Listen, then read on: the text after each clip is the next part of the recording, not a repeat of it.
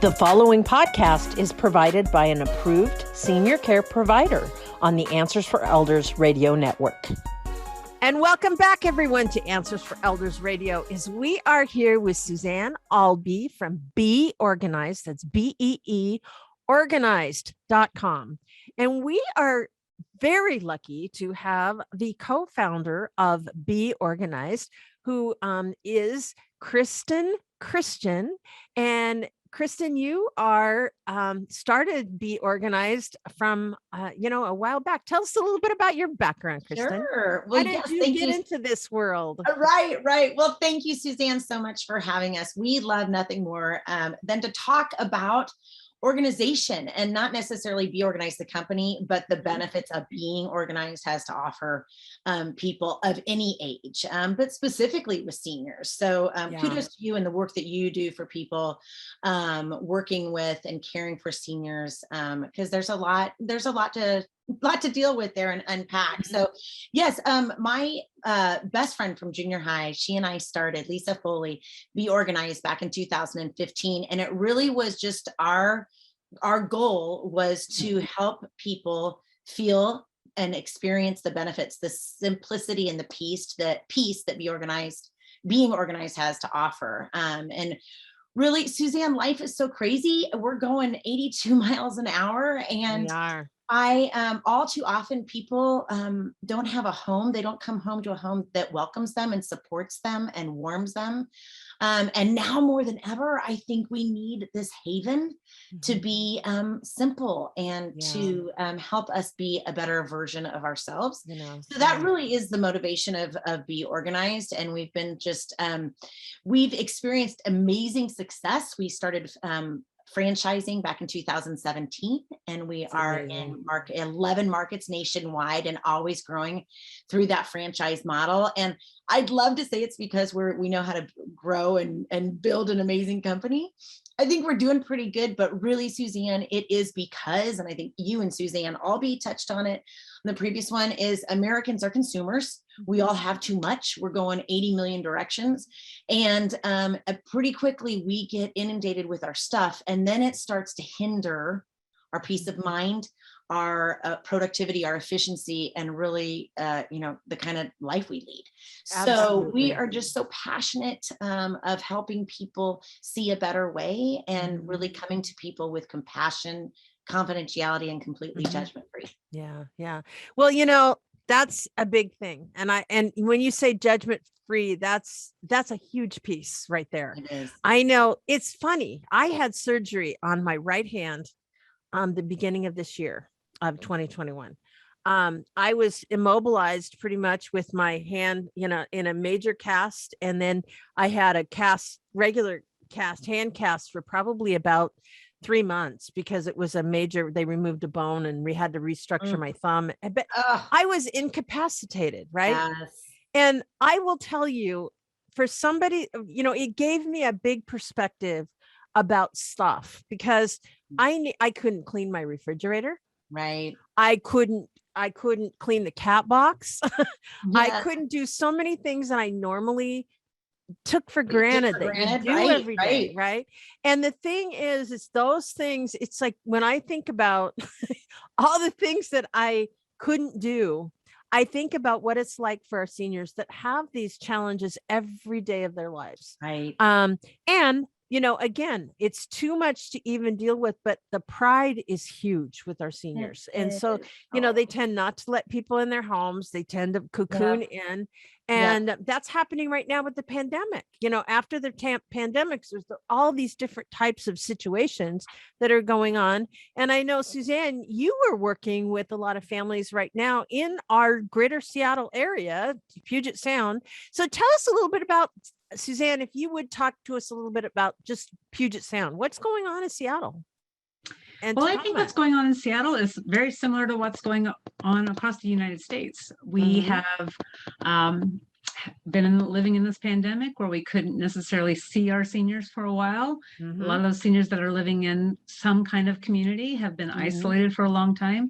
But I think that's made us almost value our time with the seniors in our family even more. And I do believe that the seniors in the Puget Sound area know what's going on. They know and feel this desire to leave a wonderful legacy without Sure. burdening their families with all of their Right. stuff. Right. And stuff Mm. you mentioned in our earlier segment, it's like you're going to lose your memory. Tell us a little bit about, how your belongings and your stuff, how you identify with that. How does it tell your story of your life? Sure. I think the key here is, as you're going through your stuff, is to honor those significant memories, Uh-huh.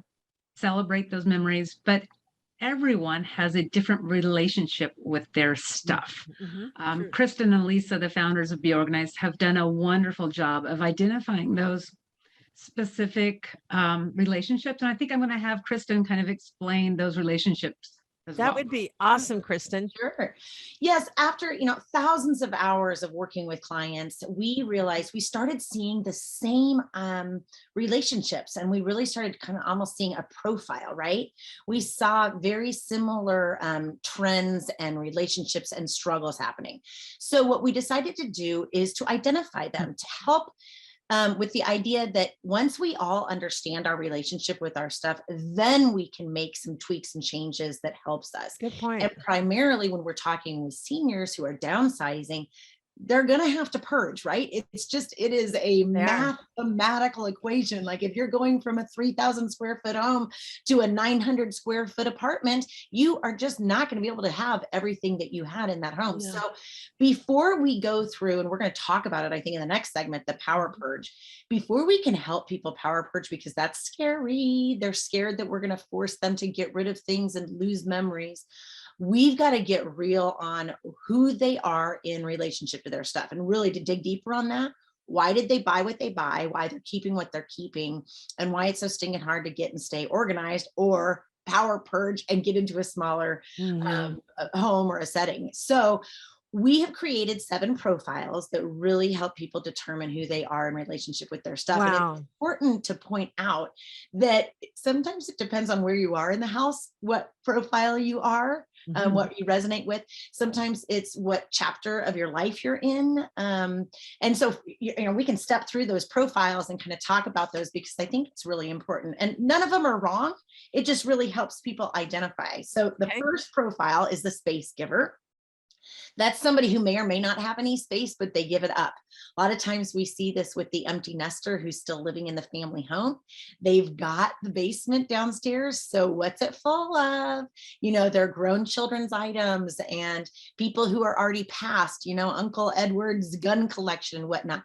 And so what this is doing is this is preventing them from being able to do what they want with that space, right? So we come in and help them give permission to talk to those people, because really the relationship is with the people who are taking the space, right? Not with the stuff. So kind of trying to help identify that. The next one is the memory keeper. This is a big one because, as Suzanne said, our items of our lives, right? The inanimate belongings really tell a story, right? They're the history. They show where we've been and what we've done.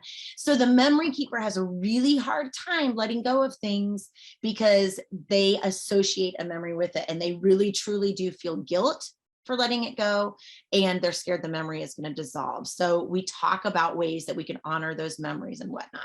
The third one is the money minded. This is the one where they may not spend money very freely, but when they do, you better believe they remember what they spent and where they spent it and how much it was, right? So very true. To purge, it's so stinking hard when they're like, but back in 1972, and that cost me X dollars back then. Right. With the memory or the money minded, we talk about sunken costs, that money is already gone. We talk about equating peace and, less chaos, and trying to put a dollar sign on that to kind of speak their language, if you will. And really then helping them determine, okay, I'm being money minded about this. What are some actions? The next one is the just in caser. The just in caser likes to be prepared, likes to be the person somebody can lean on. And that's hard when somebody's had a home, they've been managing and maintaining a home. So you do need more things just in case. But if you're moving to a senior living community where so fabulous, I wouldn't mind living there. They cook clean for you, right? So you don't need all these items. So we talk in terms of, hey, I think we're keeping this just, for just in casing, and kind of, it's this ongoing dialogue, I guess is what it is that we have with people. And so when we use these profiles, this dialogue really helps us dial in with how they're feeling so that we can be compassionate, but then find solutions. The next one is the acquirer. That's kind of the person who loves the thrill of the hunt and collects and buys.